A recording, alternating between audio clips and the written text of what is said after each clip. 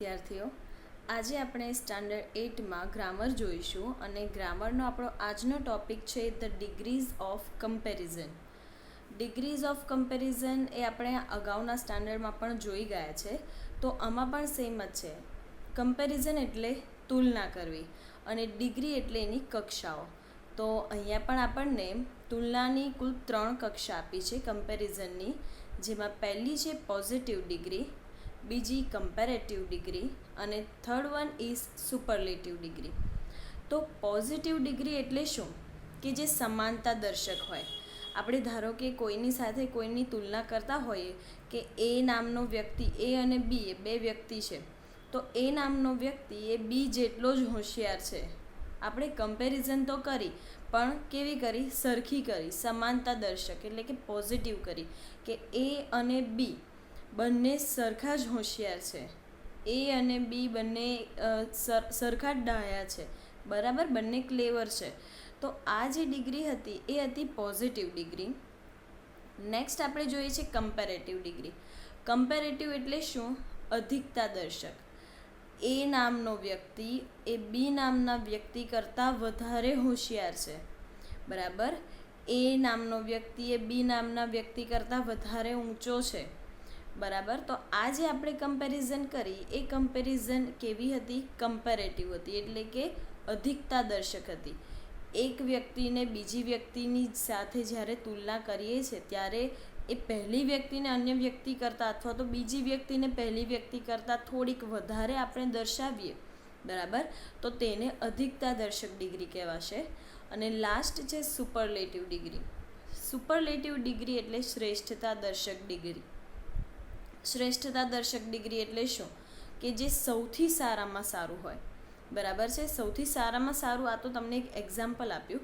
આપણે જ્યારે કોઈની કમ્પેરિઝન કરતા હોઈએ તો આપણે એવું કહીએ કે એ જે વ્યક્તિ છે એ બી કરતાં વધારે હોશિયાર છે, પણ સી નામનો વ્યક્તિ છે એ તો એ બધા કરતાં હોશિયાર છે, બરાબર. એ બધા કરતાં હોશિયાર છે, તો એ શું થશે? સુપરલેટિવ ડિગ્રી થશે, એટલે કે શ્રેષ્ઠતા દર્શક ડિગ્રી થશે, રાઈટ. હવે આપણે એના એક્ઝામ્પલ જોઈ લઈએ. તો પોઝિટિવ ડિગ્રીમાં પહેલું એક્ઝામ્પલ છે Ibrahim is as clever as Ahmed. એટલે ઇબ્રાહિમ અહેમદ જેટલો જ ડાયો છે અથવા હોશિયાર છે, બરાબર. Next, Patan is as hot as Kalol. Patan Kalol જેટલું જ ગરમ છે. આઈ am as tall as Sameer. હું સમીર જેટલી જ ઊંચી છું અથવા તો હું સમીર જેટલો જ ઊંચો છું. હવે આ જે આપણે પોઝિટિવ ડિગ્રી જોઈ એ પોઝિટિવ ડિગ્રીમાં કઈ વસ્તુ તમને સેમ લાગી કે જે બધામાં સરખી છે? તો એ વસ્તુ કઈ છે? બરાબર, એઝ ક્લેવર એઝ, એઝ હોટ એઝ અને એઝ ટોલ એઝ.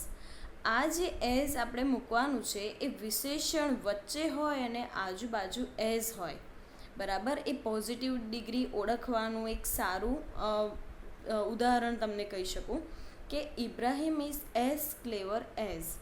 વચ્ચે વિશેષણ આવે અને આજુબાજુ એઝ આવે તો એ પોઝિટિવ ડિગ્રી કહેવાશે, બરાબર. I am as tall as Samir. Next છે કમ્પેરેટિવ ડિગ્રી. તો કમ્પેરેટિવ ડિગ્રી એટલે શું? Apurva is taller than Anand. Apurva Anand કરતાં ઊંચો છે. Pramod is wiser than his friend. Pramod એના મિત્ર કરતાં ડાયો છે. Suchi is cleverer than her brother. Suchi એના ભાઈ કરતાં હોશિયાર છે, બરાબર. તો અહીંયા આપણને આ જે કમ્પેરેટિવ ડિગ્રી છે, કમ્પેરિઝન કર્યું આપણે, એમાં કઈ વસ્તુ આપણને સેમ લાગે છે? તો એ છે taller than, wiser than and cleverer than, બરાબર. ધેન એટલે કરતાં. અપૂર્વ આનંદ કરતાં ઊંચો છે. અહીંયા જે વિશેષણ છે ઊંચો, વિશેષણ છે ટોલ, બરાબર. તો તેની પાછળ શું લાગે છે? ઈઆર લાગે છે અને પછી ધેન લાગે છે. ટોલર ધેન એટલે એના કરતાં ઊંચો છે. Pramod is wiser than his friend એટલે એના ફ્રેન્ડ કરતાં ડાયો છે, બરાબર. And Suchi is cleverer than. અહીંયા જે વિશેષણ છે ક્લેવર, વાઇઝ, ટોલર, આ બધાની પાછળ ER લાગે છે.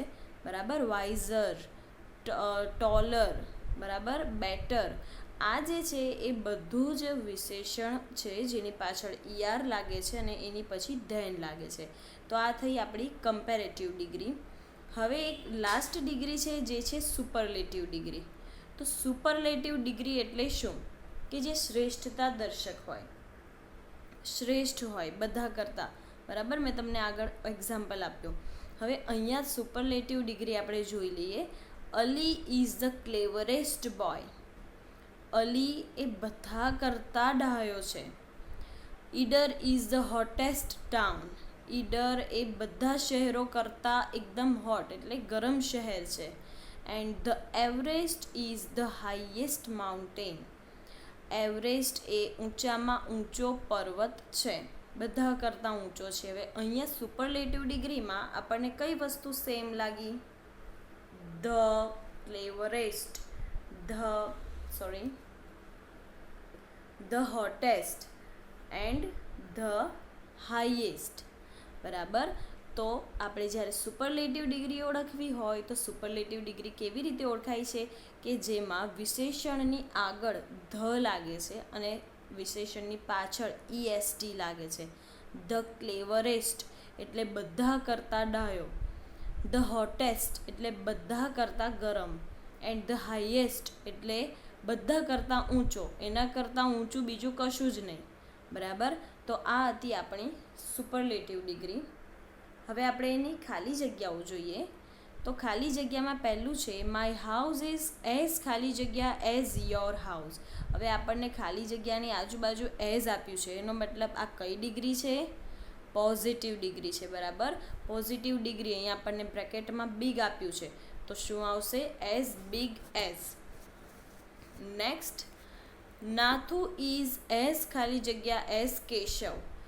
હેપી, તમને બ્રેકેટમાં હેપી આપ્યું છે, તો શું આવશે? Nathu is as happy as Keshav. અહીંયા પણ આપણને આજુબાજુ એઝ આપ્યું છે. માય બાઇસિકલ ઇઝ ખાલી જગ્યા ધેન માય સ્કૂટર. એટલે બ્રેકેટમાં શું છે? ઓલ્ડ. ઓલ્ડ એટલે જૂનું. મારી સાયકલ એ મારા સ્કૂટર કરતાં જૂની છે, એના કરતાં જૂની છે. બરાબર. કરતાં એટલે શું આવશે? Older than. Priya is as ખાલી જગ્યા એઝ પ્રાચી. કૌંસમાં છે વાઇઝ, તો શું આવશે? Priya is as wise as Prachi. Ahmedabad is ખાલી જગ્યા ધેન વડોદરા. ખાલી જગ્યા ધેન આપ્યું છે, ધેન, તો શું આવશે? Larger than. રાઈટ. હવે અહીંયા સમાનતા દર્શક વાક્યો જોઈ લઈએ. Tea dash hot dash coffee. તો શું આવશે? Tea is as hot as coffee. આ બધા સમાનતા દર્શક છે. કમલ ડેશ હેપી ડેશ કિશોર.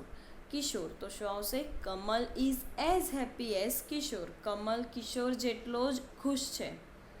દીપા ખાલી ઓલ્ડ ડેશ દીના. તો શું આવશે? Deepa is as old as Dina. હવે અધિકતા દર્શક વાક્યો જોઈએ. Roma dash short dash Lopa.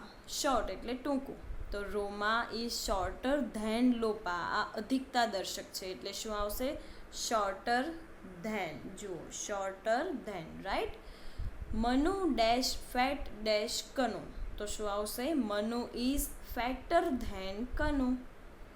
જે વિશેષણ છે એની પાછળ ER લાગશે અને શું આવશે? Than. Fatter than.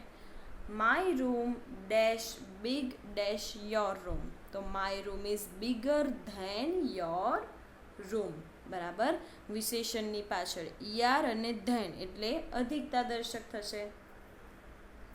And last છે શ્રેષ્ઠતા દર્શક વાક્યો બનાવો.